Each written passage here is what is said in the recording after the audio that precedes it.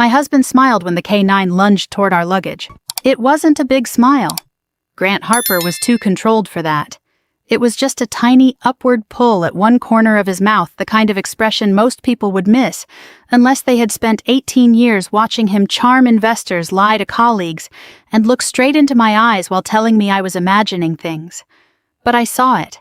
I saw the flicker of anticipation in his face, the pulse jumping in his jaw, the way his hand tightened around the handle of his carry-on as the German Shepherd moved closer to the conveyor belt.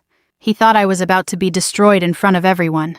He thought airport security was about to tear open my suitcase, find the locked metal case he had hidden inside it, and hand him the ending he'd been planning for months. Me in handcuffs, him grieving in public, and his mistress free to step into my life while I disappeared behind a steel door somewhere far from home. What Grant didn't know was that I had already changed the script. By the time that dog reached the belt, the locked case was no longer in my suitcase. It was in his mistress's bag. The first thing I noticed when we walked into the premium security line at O'Hare was the smell of roasted coffee and floor polish. Airports always smell like people trying to pretend they aren't afraid to leave their lives behind for a few days. It was 6:40 in the morning, and the terminal glowed with that cold, expensive light that makes everyone look either exhausted or dishonest. In Grant's case, it was both. I stood beside him holding a paper cup of vanilla latte, my black cashmere coat folded over one arm, and watched him glance at my suitcase for the 5th time in less than 2 minutes. "Relax," he said too casually. "We're running ahead of schedule." His voice was warm, almost playful. To anyone else, he looked like a successful husband taking his wife on a luxury getaway. At 49, Grant still knew how to wear concern like a custom suit. He had silver at his temples, broad shoulders, a polished executive smile, and the kind of easy confidence that made strangers trust him in elevators. It had made me trust him once, too. I took a slow sip of coffee and smiled back. "I'm perfectly relaxed." "Good." He leaned in and kissed my temple. "That's all I want this week, Ev. No stress, just you and me." You and me, right.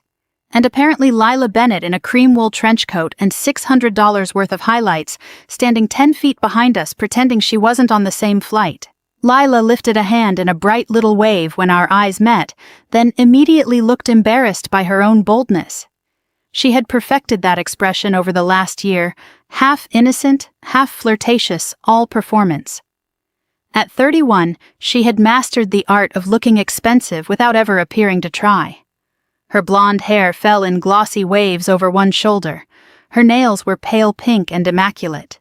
The cream leather weekender at her feet had a designer logo stamped so prominently across it might as well have been shouting. Grant had introduced her to me 2 years earlier at a company Christmas party as his new executive assistant. She'd shaken my hand with both of hers and told me how much she admired my work. 3 months later, she was sending Grant texts after midnight. 6 months after that, she was wearing earrings that cost more than my first car. And now she was flying to London on the same itinerary as the romantic trip my husband had booked to save our marriage. The lie would have been insulting if it hadn't been so dangerous. Grant had told me she needed to deliver confidential financial projections to a board member during our layover, before taking a separate return flight to Chicago.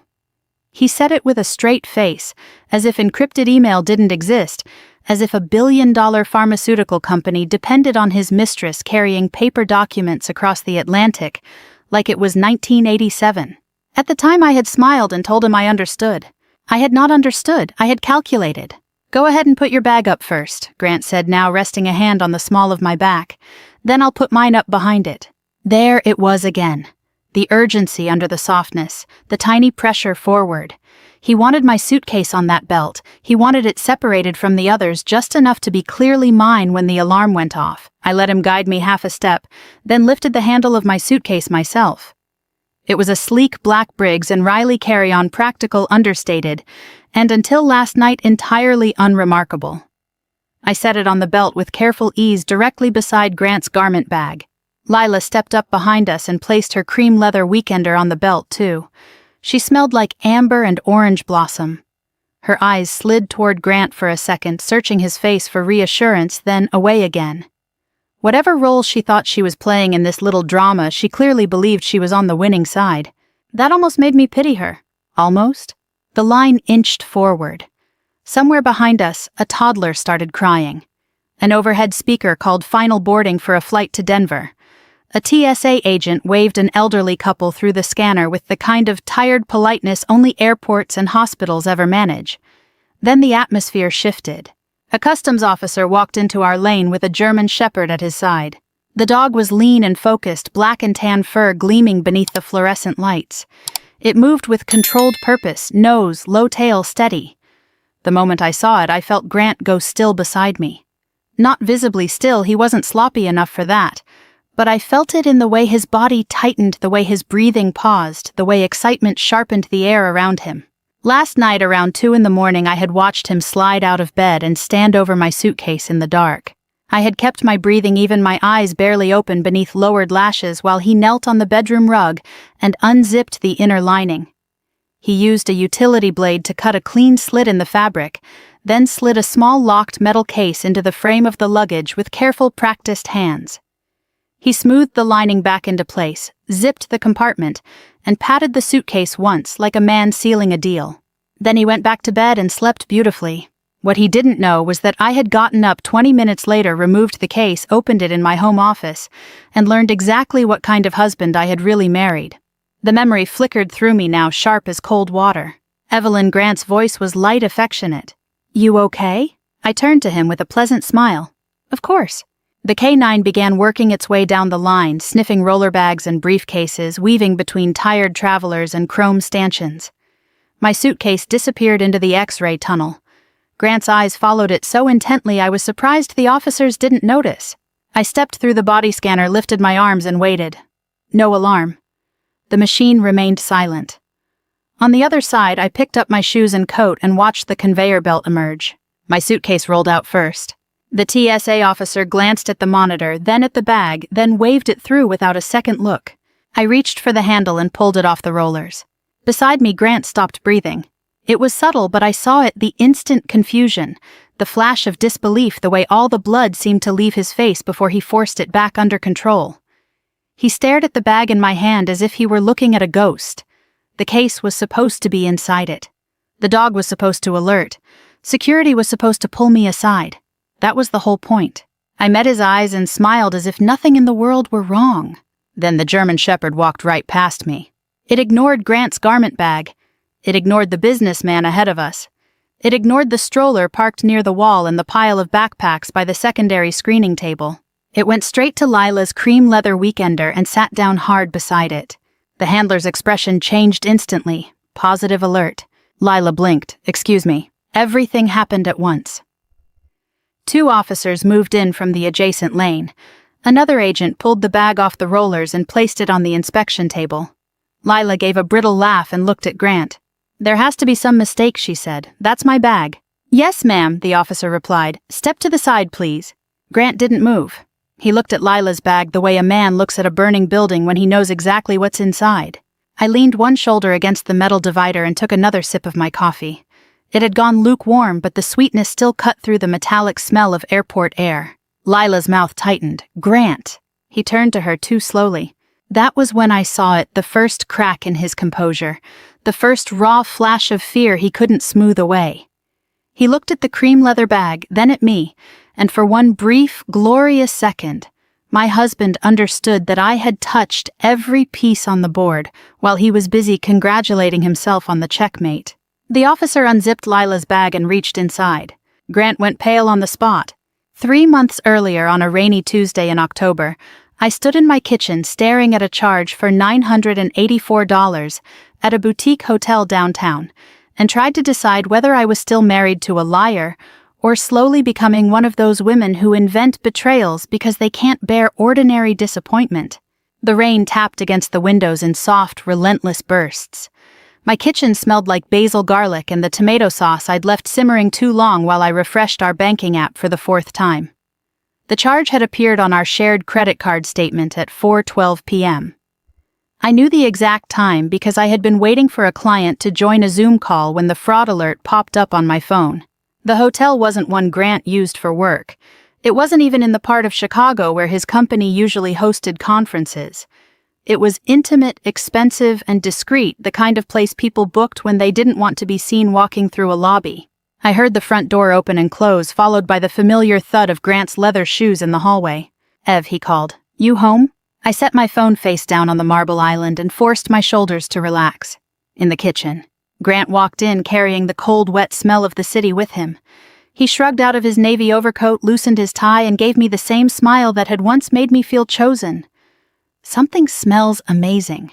"Chicken parmesan," I said. He came over and kissed my cheek. "You spoil me."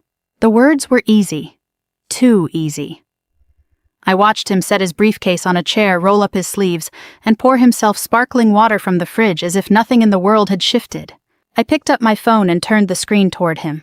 "What's this charge?" He glanced down. Just one glance. Not enough for an innocent man trying to remember a transaction. Then he took a sip of water and frowned mildly, as if I had shown him a typo in a grocery list. "What charge?" "The Langford House, 984 this afternoon." Grant set the glass down with careful precision. "That's not possible." "It's on the statement." He reached for the phone, studied it for 2 seconds, then handed it back. "That's strange." My pulse started ticking harder at the base of my throat. "So you didn't stay there?" "No," he gave a small laugh, almost affectionate. "Evelyn, I was in a budget review from noon until 5. Ask anyone." "Then why is it on our card?" He leaned both palms against the island and looked at me with a kind of patient concern that made my skin tighten. "You probably clicked into a pending authorization from something else." "No, I didn't." "You've had a brutal month," he said softly. "You're exhausted, Ev. You're not thinking straight." There it was. At the time it was just a sentence. A husband telling his overworked wife to slow down. I didn't know it would become the refrain of that winter, the thread he would weave through every room in our house, until I could hear it even when he wasn't speaking. I laughed, but there wasn't much humor in it. I'm perfectly capable of reading a credit card statement. "I know you are." He reached for my wrist and squeezed lightly. "I'm saying you've been under a lot of pressure. Maybe don't jump straight to a conspiracy because of one weird charge." The sauce behind me bubbled too hard. Somewhere in the living room, the dryer buzzed to signal the end of a cycle. I remember these details because the moment itself felt so normal that I nearly let it go. That was Grant's gift. He knew how to wrap cruelty inside reason. I took my hand back and turned off the stove. "Fine, then explain it when you can." "Of course." He kissed the top of my head. "And for the record, if I ever did book a boutique hotel, I'd have better taste." I smiled because he expected me to. Then I served dinner. That night after he fell asleep, I checked the statement again. The charge was gone. Not pending, not reversed, gone. I sat on the edge of our bed in the dark with my phone in my hand, the screen lighting the room blue-white, and felt something cold slip under my ribs. I knew what I had seen. I had spent 20 years untangling corporate fraud, tracing hidden assets through shell accounts, and watching men in expensive suits swear under oath that numbers didn't mean what they plainly meant. I did not misread bank records. Still, over the next few weeks, Grant made me question things I had never questioned before. I would mention a dinner he promised we'd attend, and he'd blink at me and say, "We never had that conversation." I would leave my keys on the entry table and find them later in the downstairs powder room cabinet. I would ask why he changed his phone passcode after 16 years of using the same one, and he would sigh, rub his forehead and say, "Ev, you're doing it again." Doing what again? Making him feel monitored, making everything into an interrogation, looking for hidden meaning where none existed.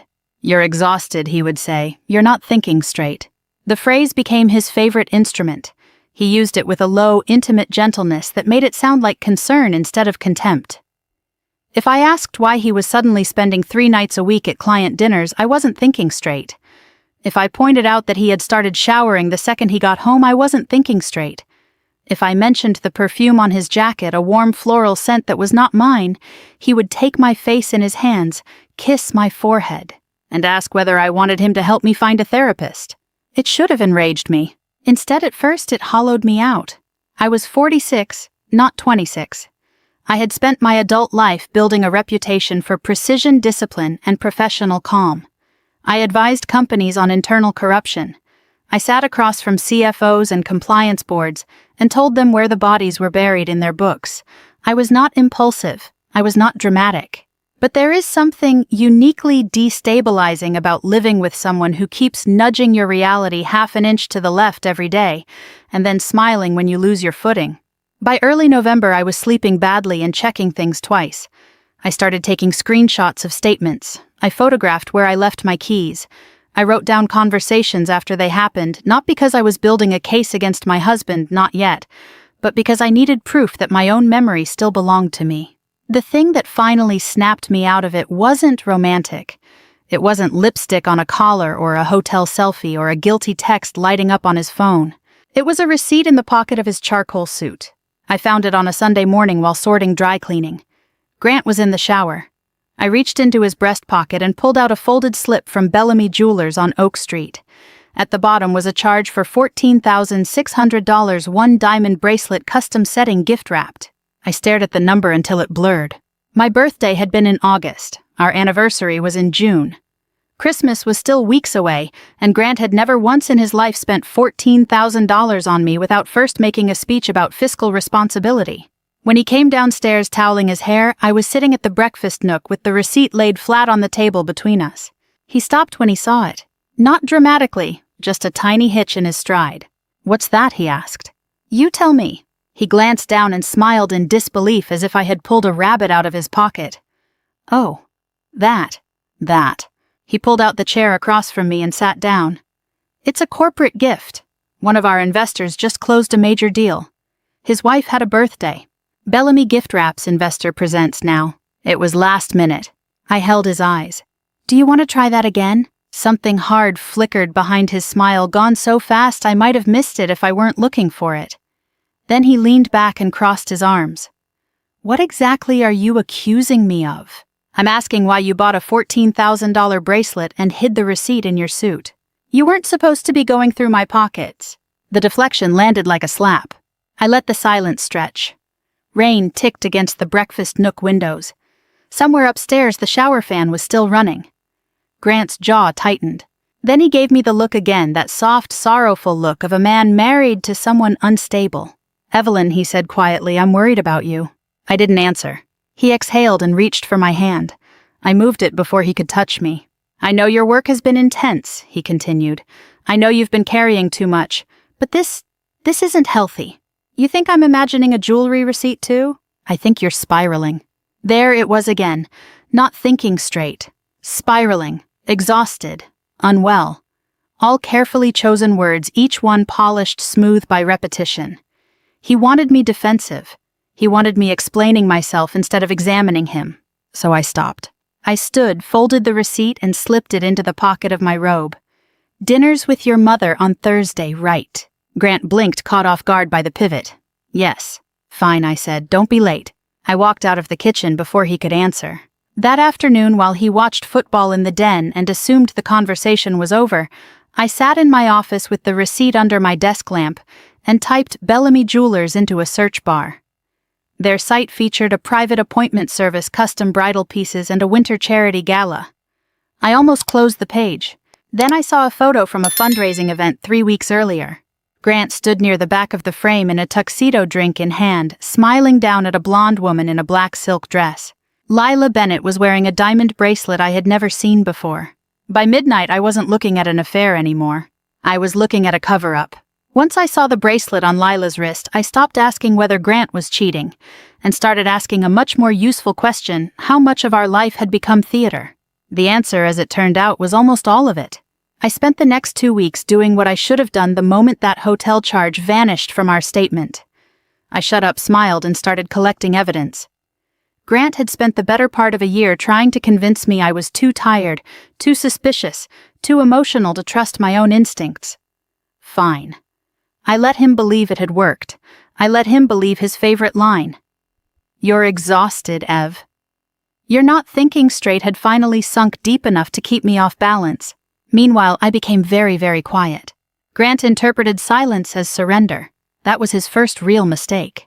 I work in forensic compliance, which sounds dry until you understand what it actually means. My job is to look at numbers.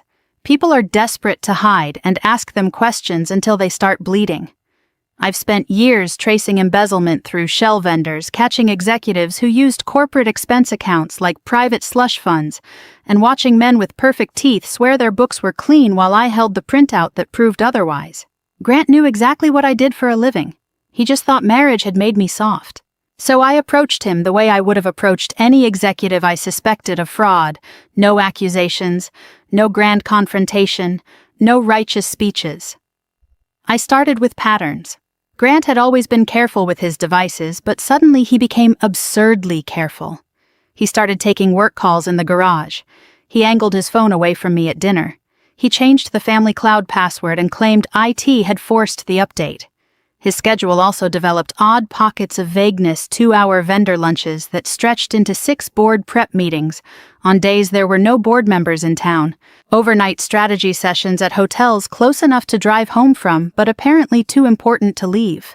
I built a timeline in a spreadsheet because I needed structure more than I needed sleep. On one tab I listed his calendar claims. On another I listed credit card charges, tollway records, car service receipts, and restaurant reservations.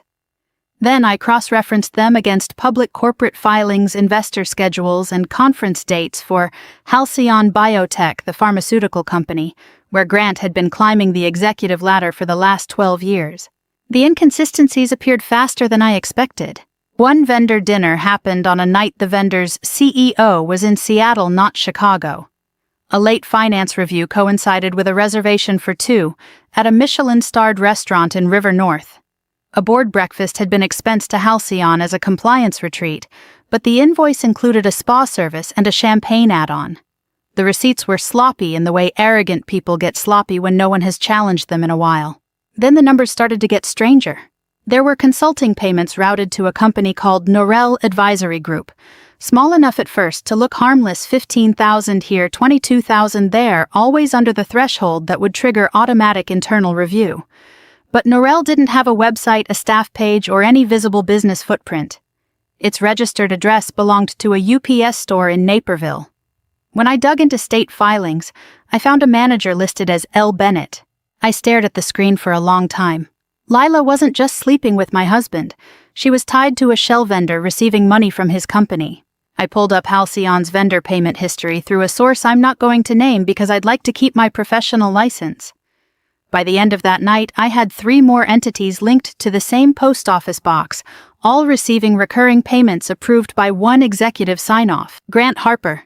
My chest went cold. Affairs are humiliating. Fraud is something else. Fraud has structure. Fraud has appetite. Fraud means the person lying to your face over dinner isn't just selfish. He's running a parallel life with its own bookkeeping, its own contingencies, its own escape routes.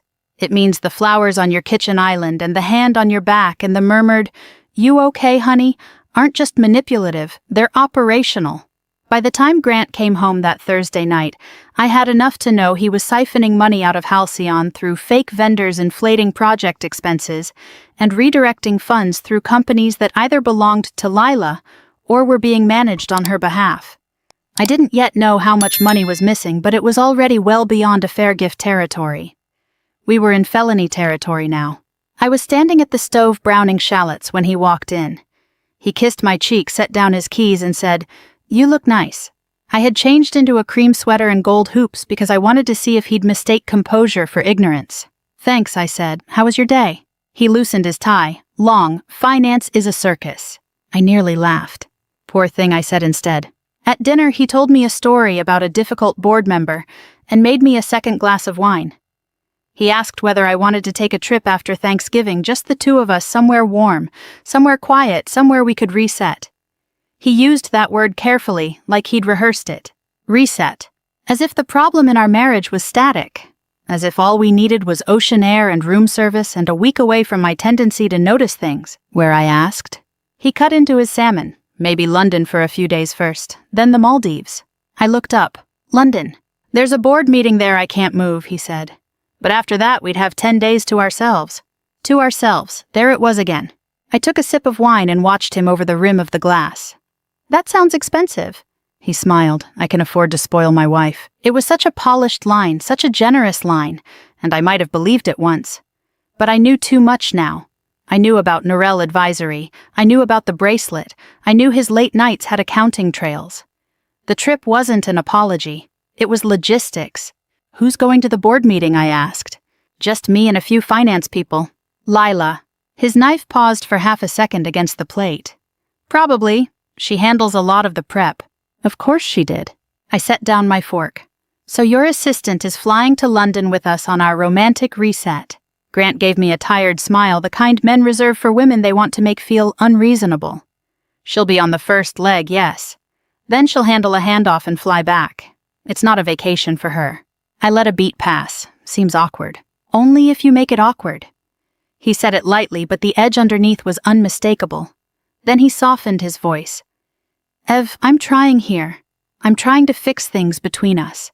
There was something almost impressive about the way he could weaponize tenderness. He had learned that anger made me sharper, but concern made me hesitate.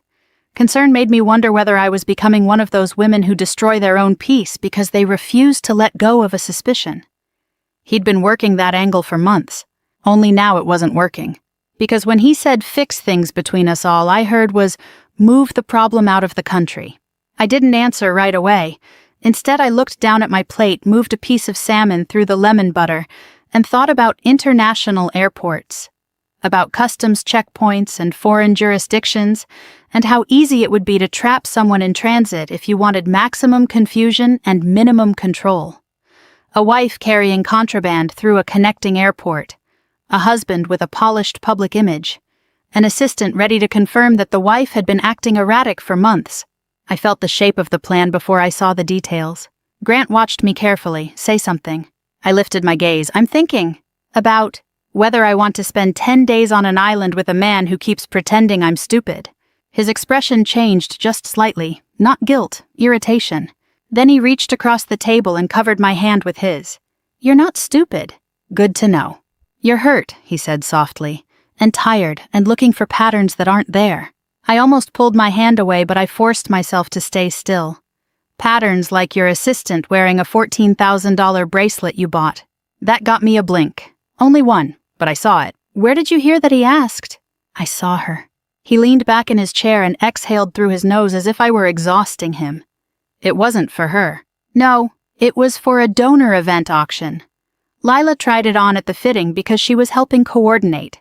This is exactly what I mean, Ev. You take one image, one moment, and turn it into a whole narrative. I smiled at him then. A small, even smile. You're right, that does sound like me. Grant relaxed instantly. There it was again, mistake number 2. He heard surrender where there was only stillness. Over the next several days, I built out the rest of the financial picture. The money trail was worse than I thought. Grant had approved fake consulting contracts, padded reimbursement reports, and pushed funds through shell entities connected to Lila and at least one offshore holding company. The total was already over $2 million, maybe more. I hadn't yet untangled all of it, but I knew enough to understand that this wasn't reckless spending or a fling with perks. It was a system, and systems require contingency plans. The trip to London was in 11 days. I told Dana Reed, my oldest friend, and one of the only people on earth who knew the difference between my calm face and my calm face when I was about to dismantle someone just enough to keep me anchored. We met for coffee in a quiet hotel lounge near her office. Dana was a trauma nurse with a dry sense of humor and a zero-tolerance policy for male nonsense.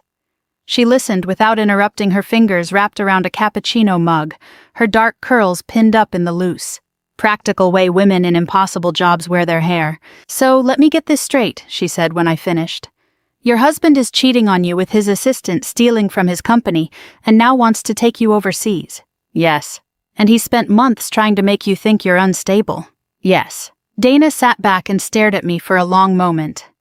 Evelyn, I need you to hear how bad that sounds when someone else says it out loud. I do hear it. No, I mean really hear it. She lowered her voice. This isn't just cheating. This is set-up behavior. I looked at the foam collapsing in my untouched latte. I know. She studied me.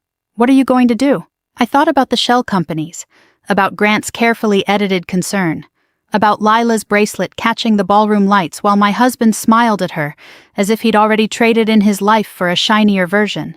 Then I thought about airports customs and the very specific terror on Grant's face if his plan ever boomeranged back toward him.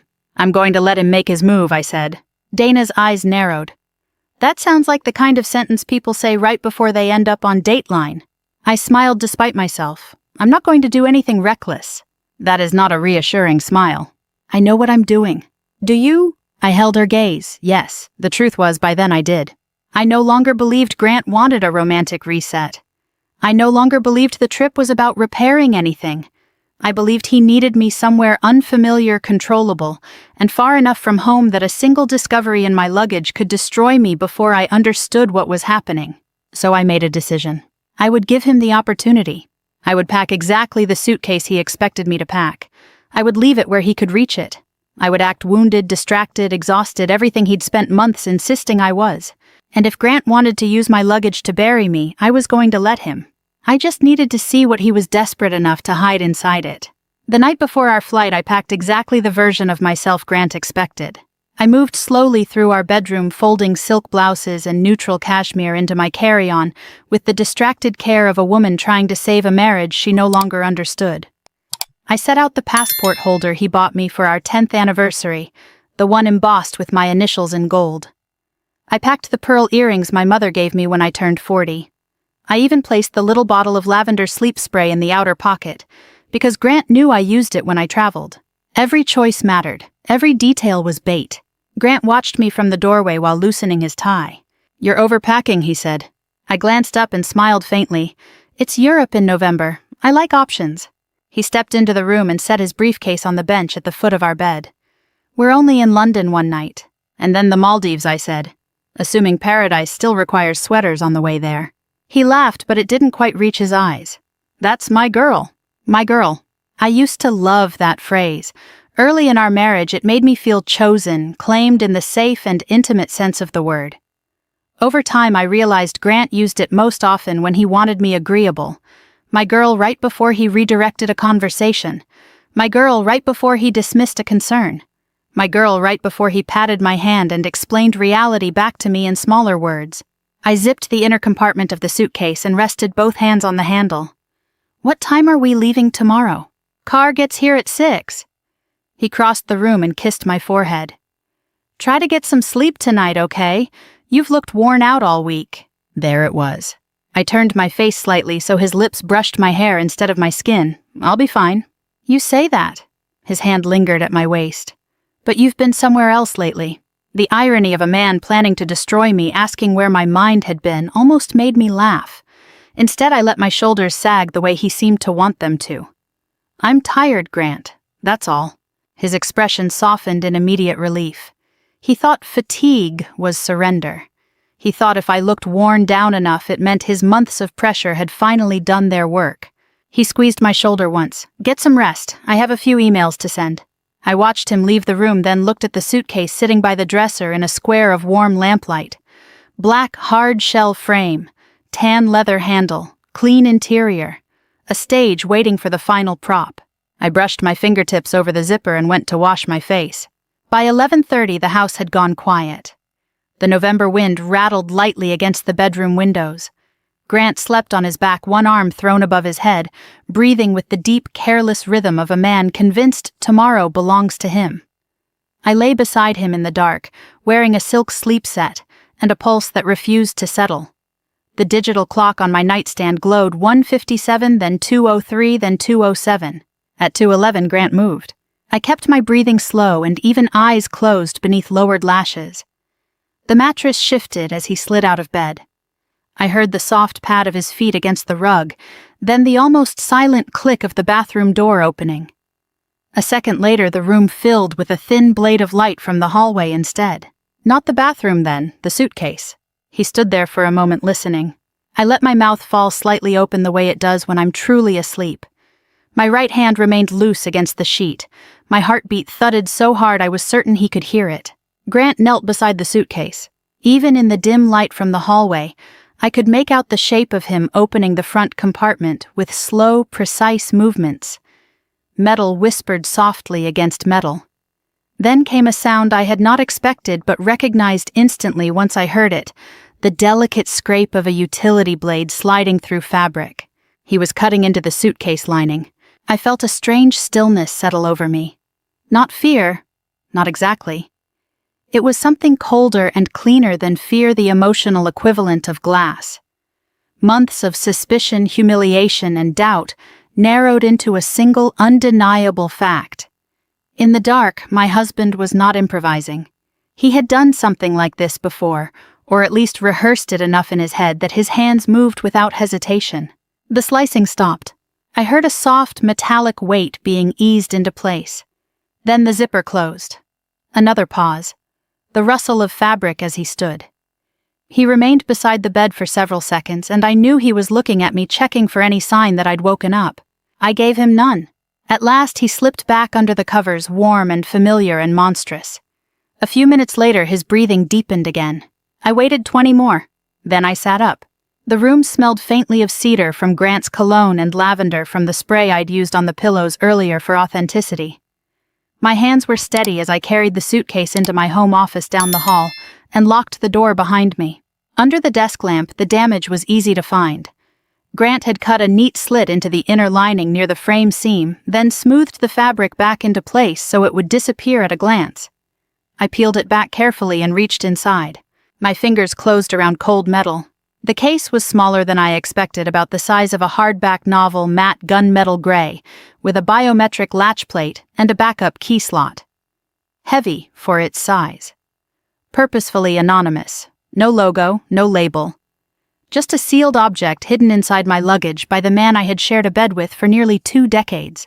I set it on the desk and stared at it for a moment. Then I opened a drawer, took out a compact toolkit I usually reserved for computer hardware, and got to work. People like Grant mistake calm women for passive women. They assume composure means softness, that if you don't raise your voice, you must not know how to break things open. What they never understand is that some of us learn to stay quiet because it lets us hear the machinery underneath the lie.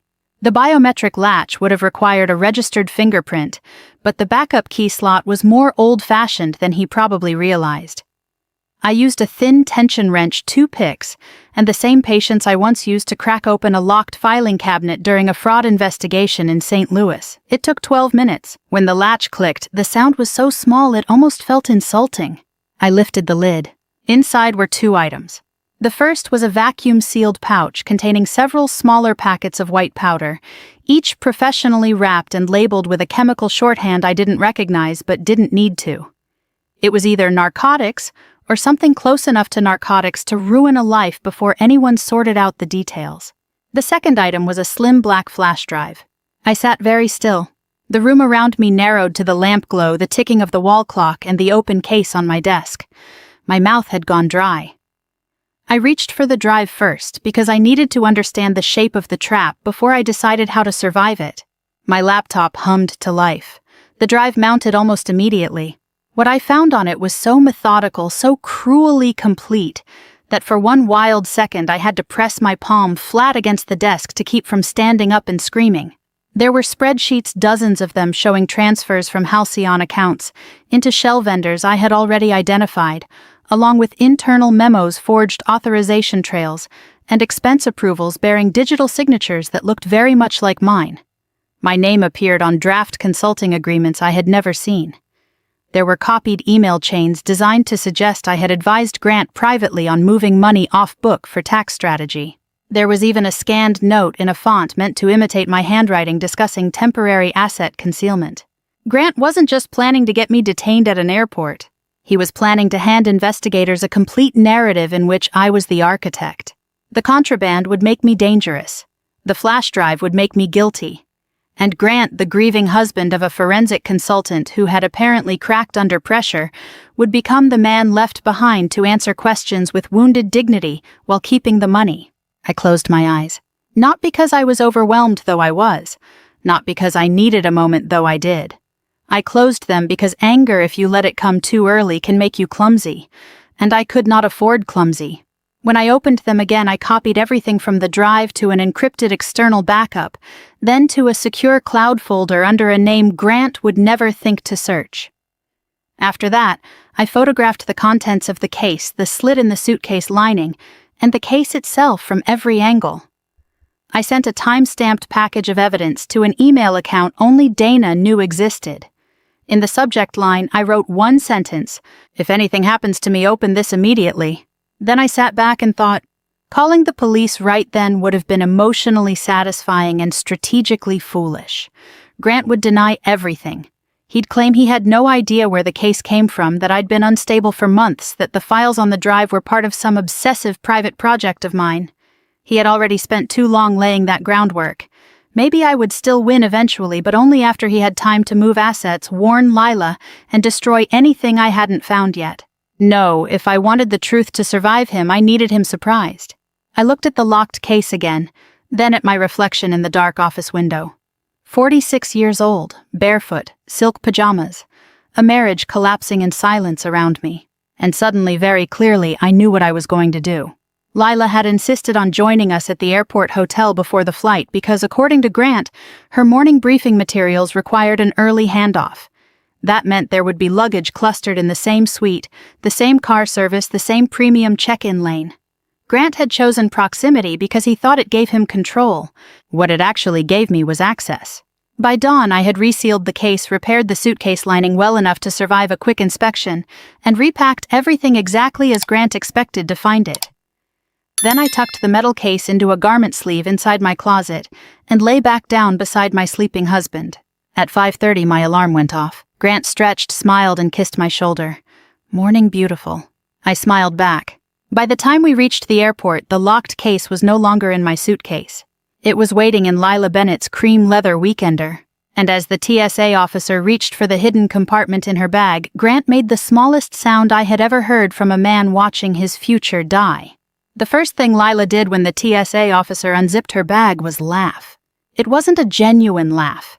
It was the thin, brittle sound people make when they're still trying to force a situation back into something manageable.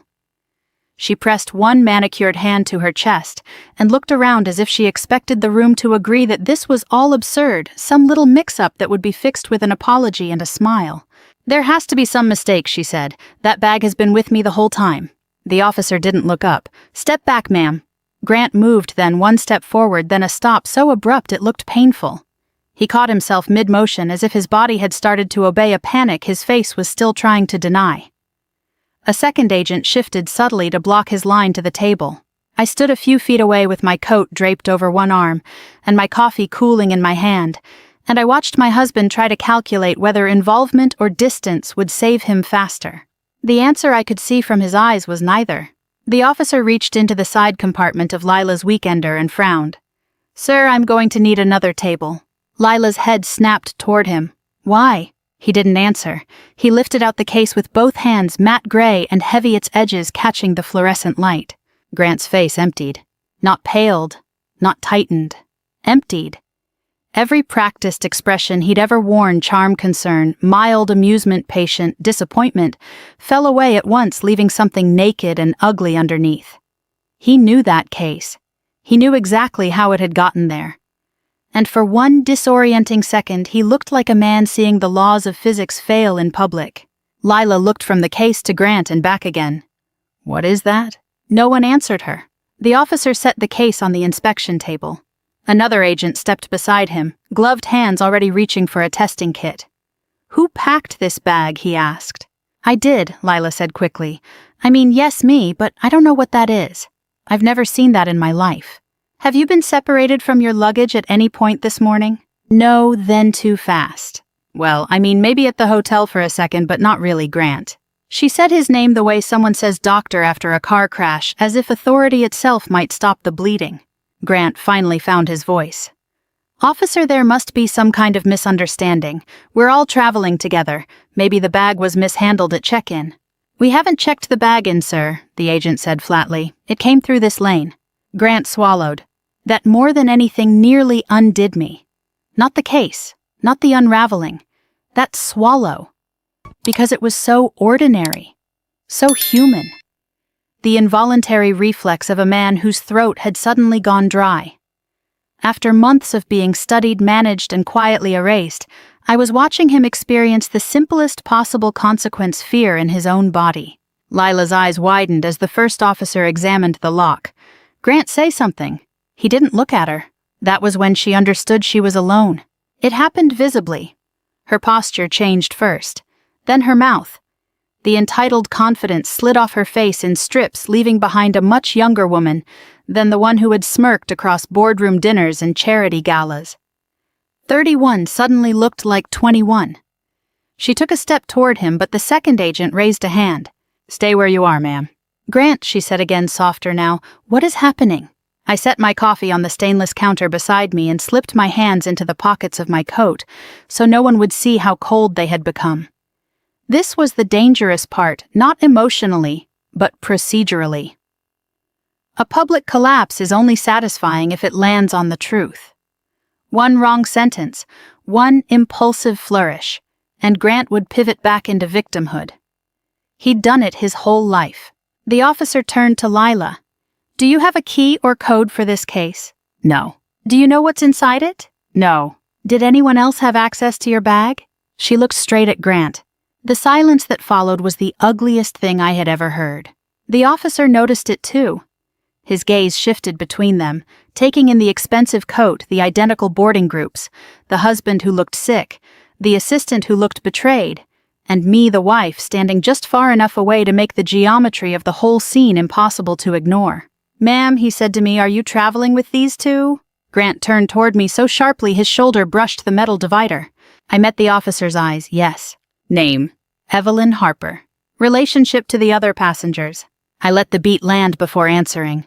"Grant Harper is my husband. Lila Bennett is his executive assistant." It was the cleanest sentence I've ever spoken. Lila flinched as if I'd slapped her. Grant recovered first. Of course he did. He dragged a hand over his face, straightened, and summoned that low, strained sincerity he used when he wanted a room to trust him. "My wife and I are on a personal trip," he said. "Ms. Bennett works for me. She happened to be on the same flight for business. I don't know what that case is, but my wife has been under a lot of stress lately, and—" He stopped. "Not because of me. Because a man in a dark security blazer had just stepped into the lane from the far end of the checkpoint, scanned the scene once, and changed direction toward us. Marcus Reed was 6'2", broad-shouldered, and built like someone who had spent years being underestimated by people with office jobs. He worked airport security investigations on the federal side now, but he still carried himself like the military police officer he used to be: economical, watchful, impossible to rattle. He was also married to Dana, which meant he had seen me at enough dinners and hospital fundraisers to know exactly how I looked when I was lying and exactly how I looked when I was furious. Right now I wasn't either. "Morning," Marcus said to the officers, showing his credentials. "What do we have?" "Positive K9 alert," one of them said. "Unidentified locked case recovered from the passenger's carry-on."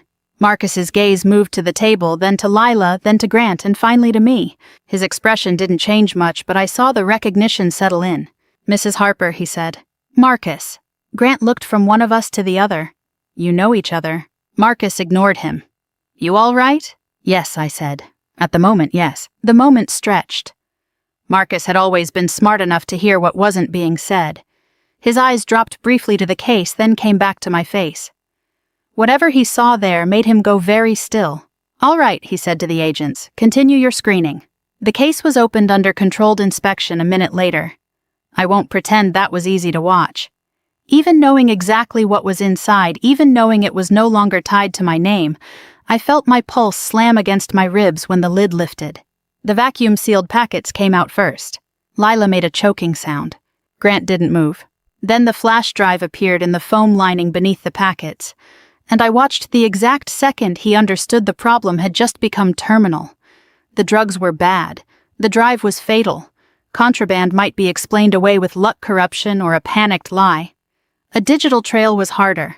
A digital trail plus shell vendors plus forged authorizations plus a mistress with her fingerprints all over the vendor network. That was the kind of mess that kept people in federal buildings for years. "Sir," one of the agents said to Grant, "step back from the table." "I haven't touched anything." "Step back anyway." Lila turned on him then finally, and all the glamour vanished. "Grant, what is that?" Her voice cracked on the last word. Tell them this isn't mine." He stared at her with open contempt. It was the first honest expression I had seen on his face in months. "I don't know what you packed," he said. The words hit her like a physical blow. "You can't be serious. I told you to handle your own luggage." "Oh my God," she shook her head, tears gathering too fast. "Oh my God, Grant." There it was, the moment she understood she had never been his partner. She was just another container, another place to stash risk until it became inconvenient. Marcus looked at the drive, then at me. "Mrs. Harper, do you know anything about this case?" Grant's head whipped toward me. I could feel him trying to predict me. Would I stay silent? Would I hedge? Would I play the careful wife and let the officials discover things in their own time?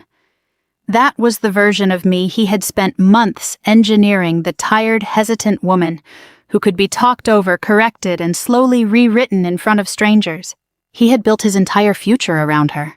I took my hands out of my coat pockets. Yes, I said. Grant went completely still. Marcus's voice stayed even. Go on. That case was in my suitcase last night.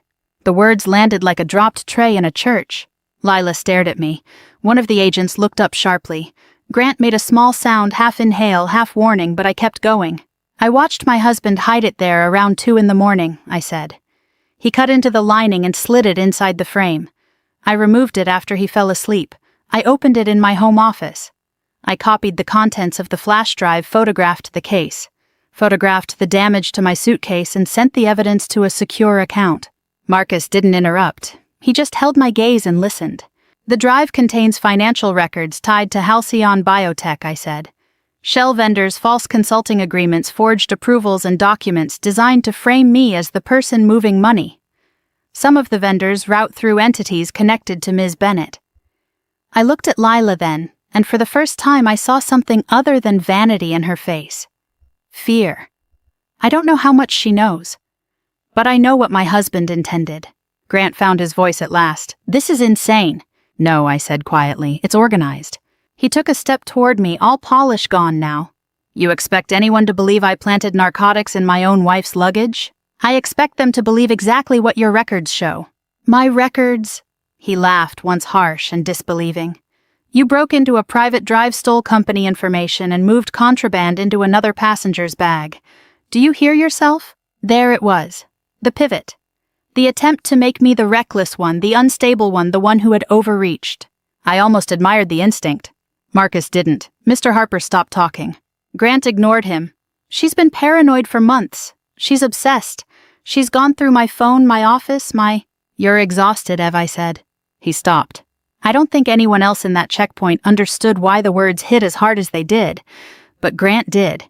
He knew I was handing his own script back to him in pieces.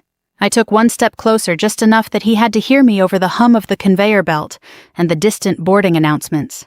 You're not thinking straight, I said. His face changed. Not rage this time. Not fear either. Something worse. Recognition. The sick, helpless recognition of a man realizing the sentence he used to shrink me had just become evidence of the entire architecture behind him.